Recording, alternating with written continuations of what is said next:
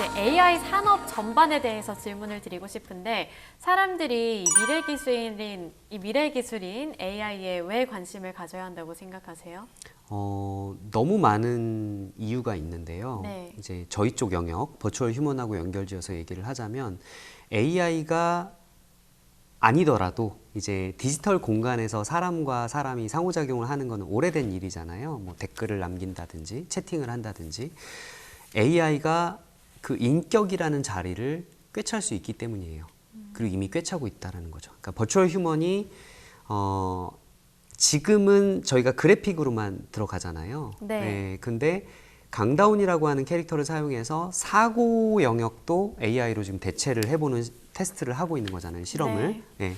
앞으로는 그냥 AI의 사고력과 AI로 만들어낸 가상의 그래픽과 AI가 만들어낸 가상의 보이스, AI가 만들어낸 가상의 움직임으로 완전한 AI 버추얼 휴먼이 나올 거예요. 이미 시도가 되고 있고요. 앞으로 기하급수적으로 늘어날 겁니다. 그럼 사람들은 자연스럽게 그런 존재들과 상호작용하면서 인류의 역사를 써내려 가야 돼요. 그죠? 이제 아날로그 라이프만이 인생이라고 말할 수 없죠. 메타버스라고 이제 요새는 그 단어는 많이 안 쓰지만 그 영화 매트릭스 생각해 보시면 네. 사실 완전히 그 세계에 들어가서 살잖아요, 정신이. 그리고 영화 레디 플레이어 원도 사람들이 VR 세상에서 머무는 시간, 그 세상에서의 활동을 훨씬 더 중시합니다. 아날로그 라이프에서의 어떤 생활과 액션보다도. 앞으로 인류의 삶의 비중이 아날로그와 디지털이 적어도 대등한 수준이 될 거다라는 건 명확한 것 같아요. 오히려 디지털 쪽이 더 비중이 커질 거다라고들 많이 보고 있기도 하고요. 그러면 거기에서 AI하고의 상호작용은 필연적이 돼버린 거예요.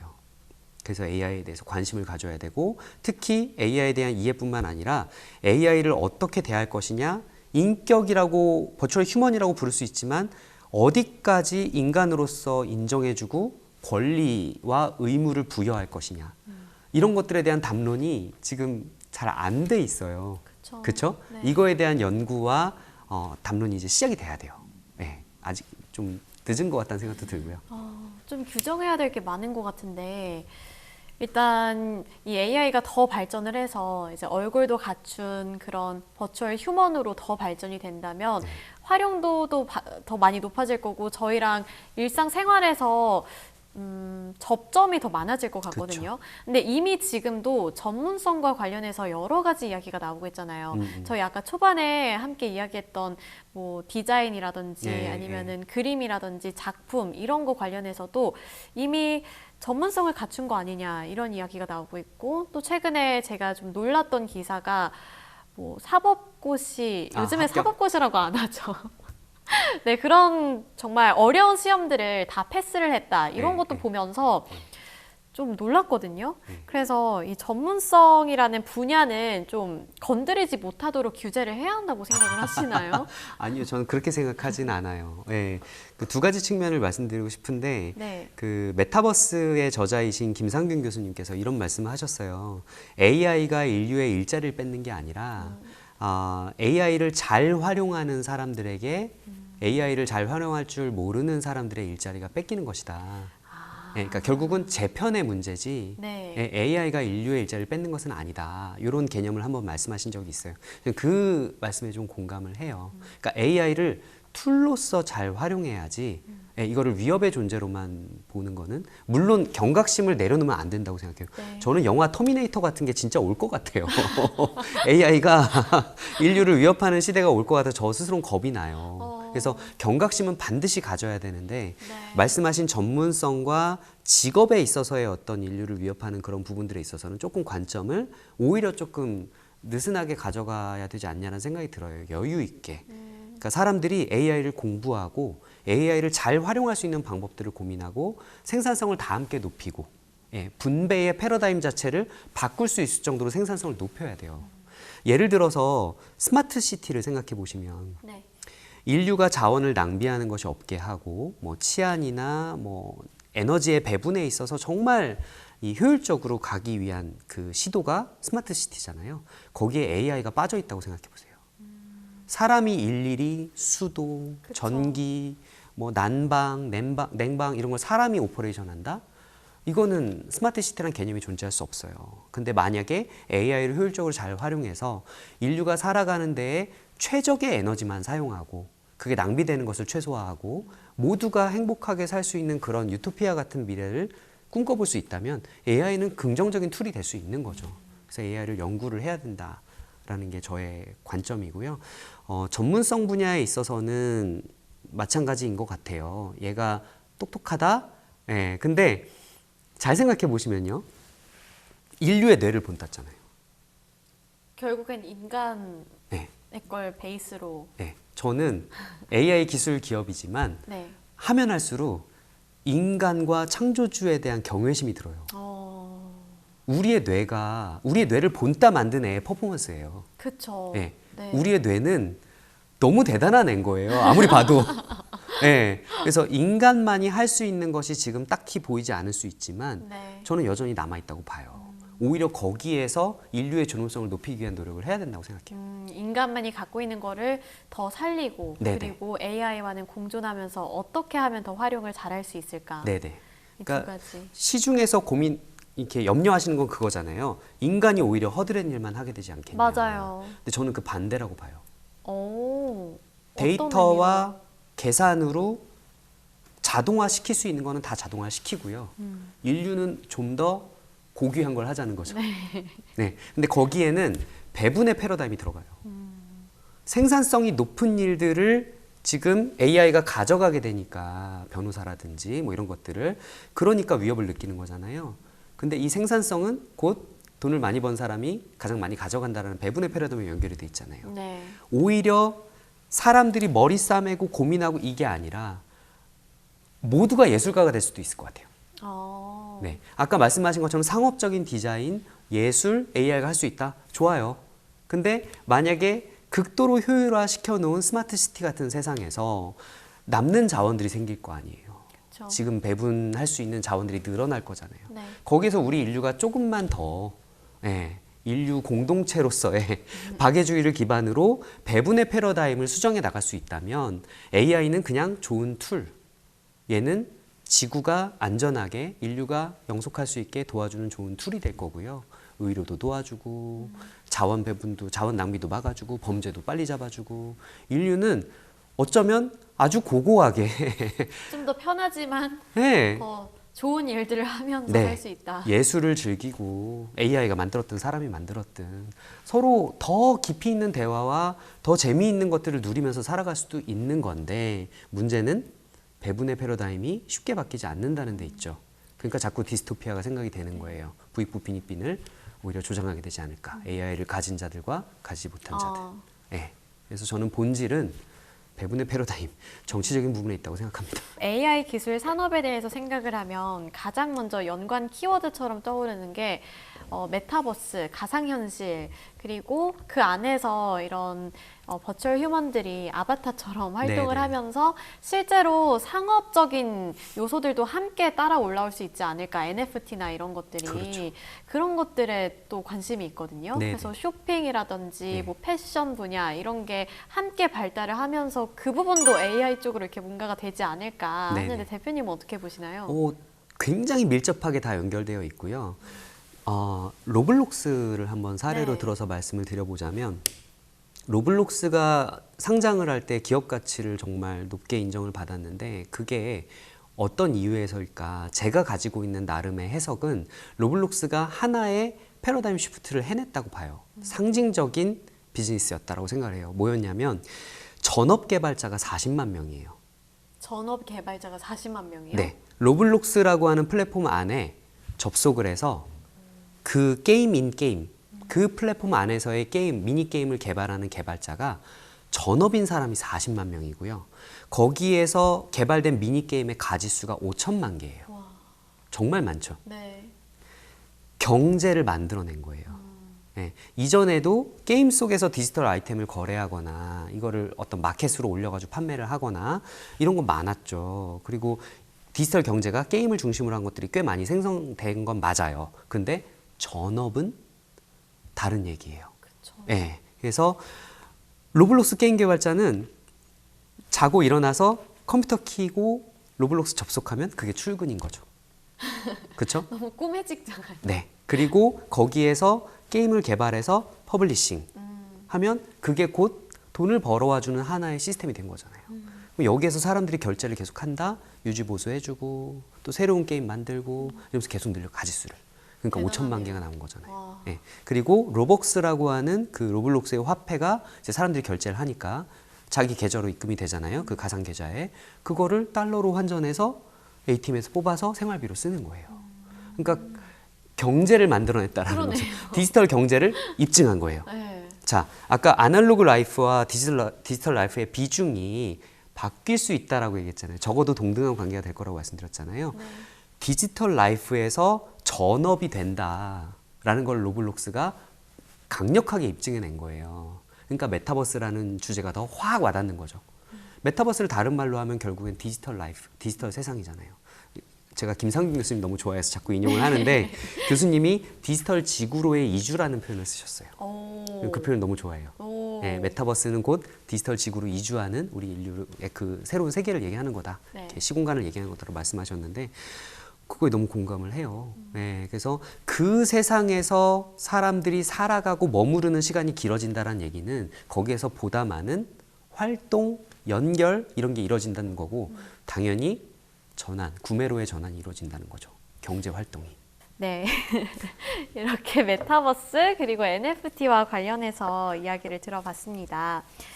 그리고 제가 또 한 가지 궁금한 건 AI에 필요한 데이터 관련해서 네. 여러 가지 난관이 또 있을 것 같거든요. 네네네. 뭐 예를 들면 초상권이라든지 네. 저작권이라든지 아까 물론 다 비용을 지불하고 사용을 하신다고 말씀을 해주시긴 했지만 그래도 어쩔 수 없이 따라 나오는 문제들이 있을 것 같아요. 그렇죠. 초상권이 아까 제가 말씀드린 개인 정보의 가장 대표적인 거죠. 네. 어떻게 생겼느냐가 곧 개인 정보죠.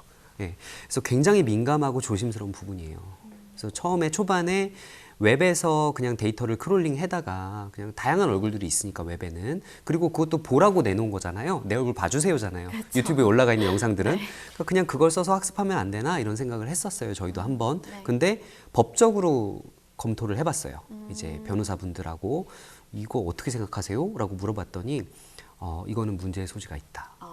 예, 크롤링해서 함부로 쓰는 거는 문제의 소지가 있다라는 해석을 받았고 네. 그래서 절대 쓰지 않습니다. 동의받은 데이터만 써요. 네. 동의는 어떻게 받으세요? 저희 사무실에 아예 그 촬영장을 준비해 놨거든요. 데이터 네. 촬영할 수 있는 촬영장을 만들어 놨고 다 오세요. 아, 다 뭐 지원자로 오시는 네, 건가요? 저희가 이제 공고를 내요. 예, 저희가 데이터 이제 촬영을 할 겁니다. 오세요. 이러면 이제 오셔서 비용 받으시고 동의서에 서명하시고 촬영에 임하시는 거죠. 그래서 그분들은 본인의 얼굴 데이터가 딥러닝에 학습에 그다음에 가상 얼굴 생성에 이 데이터가 사용될 거라는 거에 다 서명을 하신 거예요. 근데 저희처럼 하는 회사가 또 있는지 저는 잘 모르겠어요. 근데 어떤 회사는 명백하게 타인의 초상권을 침해한 사례가 있었어요. 그래요? 연예인 얼굴을 그냥 갖다 쓴 경우. 그러면 좀 문제가 커질 것 그건 같은데? 정말 잘못이죠. 그거 소송 걸리면 어떡해요? 그렇게 크게 버즈가 되지는 않은 것 같긴 해요. 그냥 지나가는 것 같긴 한데 저 개인적으로는 그런 행동은 정말 큰일 날 행동이라고 봅니다. 예, 지금 챗GPT가 이탈리아에서 사용이 금지됐어요. 네. 그 이유가 이 대형 언어 모델을 만들기 위해서 수십 조에 해당하는 말꾸러미들을 학습을 시켜야 고도화가 되는 건데 무수히 많은 데이터가 들어가잖아요. 거기에 개인정보가 있다는 거죠. 그거에 대해서 그 데이터들이 웹에 있는 다 콘텐츠들인데 그거 딥러닝에 쓰겠다고 동의 받았어? 안 했는데요. 니넨 불법이야. 이탈리아에서 못 써. 막아버린 거예요. 근데 이런 개인정보 침해에 관련된 관련 법들이 유럽이 굉장히 엄격하게 되어 있거든요. 그래서 이탈리아가 이거를 딱 해버리니까 다른 유럽 국가들도 지금 챗GPT에 대해서 법리 검토가 들어갔어요. 그러니까 아무리 좋은 서비스라고 하더라도 개인을 위협할 수 있는 개인정보 유출의 우려가 있다면 그거는 조심해야 되는 거잖아요. 네. 그렇죠. 근데 한편으로는 저희는 일단 저희 회사의 입장을 말씀드리면 네. 데이터 수집 단계에서부터 다 동의를 받고 하고 있다는 게 첫 번째 해칭이고요. 두 번째로는 얼굴이 생성돼서 만들어졌을 때 이 데이터 공여자들, 데이터 기여자들의 얼굴의 특징이 드러나지 않게끔 만들어요. 네. 그러니까 한 사람의 얼굴을 똑같이 베끼는 게 소위 대중들이 인지하는 딥페이크잖아요. 그쵸. 요거는 스타들 동의 받은 경우만 저희가 해드리는 아, 거고요. 네. 예, 기업들의 의뢰를 받아서 스타의 초상권에 대한 동의를 받고 저희가 해드리는 거고 1대1이 아닌 여러 얼굴 데이터를 기반으로 한 가상의 얼굴을 모델링을 해서 씌워드리는 루이, 아일라, 민지호 이런 캐릭터들을 만들 때는 이거는 이제 각각의 데이터들이 드러나지 않게. 참고로 루이 얼굴에는 저희 와이프 얼굴이 들어가 있습니다. 아, 정말요? 네, 근데 누구도 저희 와이프 얼굴을 알아볼 수 없어요. 이게 함께 합쳐졌기 때문인가요? 그렇죠. 픽셀 단위로 쪼개져서 어. 블렌딩이 되니까 예, 특정 인물의 눈, 코, 입이라고 보여지지 않게끔 저희가 만들어낼 수 있게 네. 그렇게 짜놨어요, 시스템을. 그래서 더 안전하죠. 네. 의미가 깊은데요. 그럼요. 루이는? 네. 시즌 1 얼굴이 그랬고요. 아직 예, 지금은 시즌 2. 단호하고 참하고 이렇게 네네. 누구나 다 좋아할 것 같은. 제가 앞서서 또 메타버스 관련해서도 질문을 드렸잖아요. 근데 메타버스가 몇 년 전에는 관심을 정말 많이 받았던 것 같은데 코로나 때 확 관심 받고 어느 순간 거의 사라졌어요. 그 존재감이. 네. 그래서 메타버스가 다시 뭐 뜰 거다, 안 뜰 거다, 다시 없어질 거다 이런 이야기가 많이 나오는데 네. 대표님은 이 메타버스가 다시 한번 떠오를 수 있을 거라고 생각하시나요? 제가 앵커님이 굉장히 젊으신 것 같아서 이런 질문을 드려도 될지 모르겠는데 혹시 웰빙이란 단어 아세요? 알죠, 알죠. 웰빙 모르는 사람도 있어요. 웰빙 로하스 들어보셨어요? 아, 로하스는 혹시 그 초록색 글자로 이렇게 뭐 초록색 이파리 일종의 인증으로 네. 로하스라는 단어가 나온 거고요. 웰빙이 한번 트렌드로 확 불었었어요. 네. 작년까지 이제 메타버스 열풍이 불었던 것처럼 웰빙이라는 키워드가 막 돌았었습니다. 그게 지나가면서 한 1, 2년 만에 지나가면서 로하스라는 키워드가 또 떴어요. 네. 그러고 나서 그 키워드도 죽었어요. 네. 하지만 사람들이 녹색 채소 많이 먹어야 된다. 영양 균형을 맞춰야 된다. 네. 다이어트 할 때 건강하게 해야 된다. 내 삶을 정말 웰비잉으로 가야 된다. 네. 지금 내 인생이 소중하다. 이런 본질적인 부분들은 없어지지 않았죠. 네. 네. 메타버스도 마찬가지입니다. 본질은 살아있다. 네. 키워드는 지나갈 수 있어요. 사람들의 관심은. 네. 그거랑 링크되어 있는 임팩트 있는 컨텐츠나 이벤트들이 없어지면 자연스럽게 관심사는 다른 데로 넘어가요. 하지만 본질을 따져보면 유튜브 보는 시간, 네. 페이스북 하는 시간, 인스타그램 하는 시간 점점 늘어나거든요. 넷플릭스 보는 시간, 그쵸? 온라인에 우리가 머무르는 시간은 점점 늘어나요. 그리고 새로운 VR, AR 기술들이 나오고 있죠. AR 글래스 정말 신박하게 나오고 있어요. 저는 VR의 미래도 밝게 보고요. AR의 미래는 더 밝다고 봐요. VR과 AR. 네. VR도 정말 좋아요. 앞으로 정말 신박한 것들이 많이 나올 거예요. 네. 근데 AR은 더 놀라운 게 AR 글라스를 이제 착용을 하면은 지나가다가 옆에 판타지가 섞여 있잖아요. 그때 그 포켓몬 고 그렇죠. 그런 거 아니에요? 그렇죠. 포켓몬고가 지금 모바일로 켜서 봐야 나오잖아요. 네. 네. 그리고 게임의 UI가 더 많죠. 네. 아무래도 이렇게 현실 지도 배경으로 나오는 것보다는. 근데 AR 글래스는 얘기가 달라요. 내가 현실을 보잖아요. 지금 이 공간을 봅니다. 근데 거기에 판타지 섞을 수 있어요. 그렇죠? 네. 정보도 섞을 수 있어요. 정보요? 네. 어떤 정보? 예를 들어 내비게이션이 따로 필요 없어요. 아. 운전하다가 이 망막에다 바로 쏴주는 거죠. 네. 지금 과속이에요. 이런 거.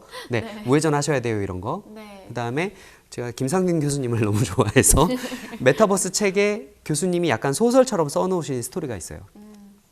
데이트를 하는데 연애를 잘 못하는 사람인 거예요. 데이트를 잘 못하는. 근데 이분이 데이팅 코치를 실시간으로 AR 글래스로 받는 거예요. 자, 이럴 때는 물을 네가 따라줘. 자, 이럴 때는 의자를 했다가 이렇게 해줘. 대박. 네, 이거를 AI가 코칭을 해주는 거예요.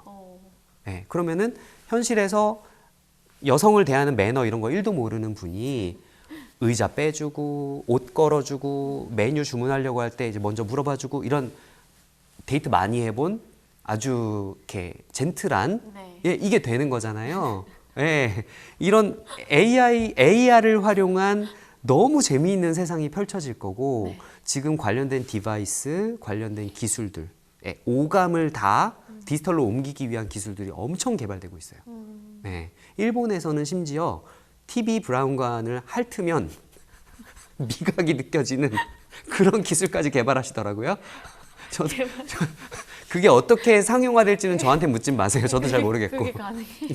되고 있대요. 전기적 신호로 감각을 전달하는 거죠. 미각을 자극하는. 핥으면 그 맛을 느낄 수 있어요. 저도 왜 개발하는지 모르겠습니다. 아무튼 포인트는 메타버스라는 키워드는 사람들의 관심에서 지나갔어도 본질적인 디지털 세상에서의 우리의 경험을 확장하고 우리의 디지털 라이프로 판타지가 더 이제 늘어날 수 있는 정말 재미있는 세상. 네. 이거는 정말 눈부신 속도로 발전하고 있어요. 관련된 기술이며 컨텐츠며. 네, 그래서 저는 뭐 지금 버추얼 휴먼이라는 키워드, 메타버스라는 키워드 지나갔다고 생각하지 않아요. 네, 오히려 본질적으로 와 이거는 터지고 계속 터지겠다 이런 생각을 하면서 기분 좋게 사업을 하고 있습니다. 키워드는 껍데기일 뿐. 그렇죠. 그 안에 있는 건 사라지지 않는다는. 네네 맞습니다. 네, 메타버스가 만약에 정말 그렇다면 시간이 지나서 몇 년이 지나면 정말 새로운 세계가 될 수 있잖아요. 그 제가 아까 말씀드렸던 드라마에서처럼 사람들이 이런 현실 세계에 살다가 뭐 귀가해서 바로 이렇게 접속을 하고 하면서 이렇게 제2의 인생, 그러니까 나의 제2의 공간 네. 이렇게 활용을 하기 위해서는 어떠한 것들이 필요하다고 보시나요? 아무래도 현실하고 밀접해져야 된다고 생각을 해요. 로블록스처럼. 네. 네. 이제 앵커님은 퇴근 후에 이야기를 하셨는데 네. 오히려 로블록스처럼 아침에 일어나면 네, 헤드셋을 끼는 거, HMD를 딱 착용하는 게 출근이 될 수도 있고 네. 친구와의 마실이 될 수도 있고 네, 함께 데이트가 될 수도 있고. 요즘 사람들 많이 바빠서 잘 못 만나잖아요.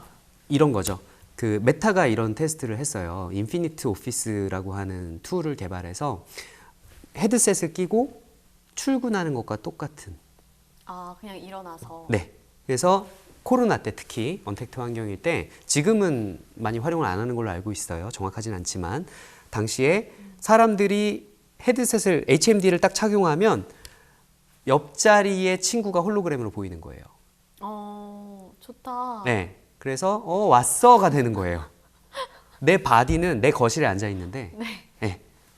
출근했네 이게 되는 거예요. 그럼 거기서 이제 그렇게 이야기를 할 수 있는 거예요? 회의하고 같이 이렇게 네. 그래픽으로. 네네. 실제로 메타에서 인피니트 오피스의 홍보 영상 같은 것들을 유튜브에 올려놓은 게 있는데 되게 재밌어요. 쓴 순간 출근이잖아요. 네. 그 다음에 회의하자 한 다음에 모니터도 가상의 공간이잖아요. 네. 모니터를 여러 개를 동시에 만들 수 있어요. 네. 이렇게 해서 모니터 만들고 띄우고 보면서 같이 회의하는 거예요.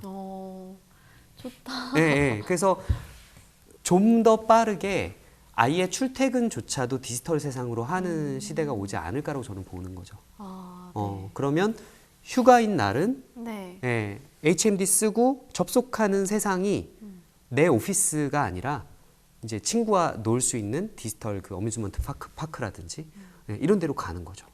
네, 데이트도 이걸로 하고. 근데 이게 멀지 않은 게 저희 딸이 초등학생이거든요. 네. 언택트 시대 이제 심할 때 못 나갈 때 학교도 안 갈 때 친구들하고 뭐 하고 놀았냐면 로블록스에 접속을 해요. 태블릿으로 줌으로 접속해요. 네. 그 다음에 친구들하고 줌으로 야 왔어? 야 이 캐릭터가 너 맞아? 이러면서 작전을 줌으로 얘기하고 로블록스에서 같이 놀아요.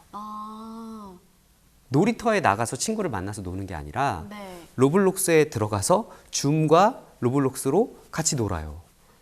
네, 이미 디지털로 옮겨갔죠. 디지털 네이티브들은. 네. 그죠? 네. 그래서 앞으로는 HMD 하나 또 AR 글라스 하나 이런 디바이스들 통해서 완전 이게 전환될 거라고 봐요. 그래서 이게 되려면 어떻게 돼야 되느냐, 실생활에 밀접해지려면 어떻게 돼야 되느냐라는 게 이제 질문이셨는데 기술이 발전하고 더 밀접한 오감을 디지털로 옮겨가는 작업. 예를 들어 햅틱 글러브 같은 것들 개발되고 있거든요. 촉각을 디지털에서 뭔가를 만졌을 때 실제 내가 만진 것 같은 느낌. 지금은 게임을 한다고 생각하시면 마우스와 키보드로 조작을 하고 이 캐릭터가 뭘 얻어 맞았든 게임 속에서 아니면 차를 탔든 그 촉감을 그대로 느끼진 않잖아요. 예, 근데 그거를 실제 느끼게 하는 거. 레디 플레이어 원처럼. 네, 그 레디 플레이어 원이 실제 그런 장비들을 착용하고 네. 사람이 실제 움직이는 거를 아바타가 그대로 움직이고 예, 그렇게 하는 거거든요. 네. 그래서 멀티버스처럼 이렇게 세상을 생각하시면 돼요. 직장, 뭐 화성 다 가상이지만 예, 뭐 데이트하는 곳, 뭐 친구랑 노는 곳, 뭐 노래방 다 재밌겠다. 그렇죠. 네. 그래서 기술의 발전, 그다음에 기술이 상용화되면서 저렴해져야 되는 것, 네. 이런 것들로 멀지 않았다고 봐요. 네, 오늘 말씀 너무 잘 들었습니다. 고맙습니다. 네, 감사합니다. 네, 프리미엄 재테크 클래스통이었습니다.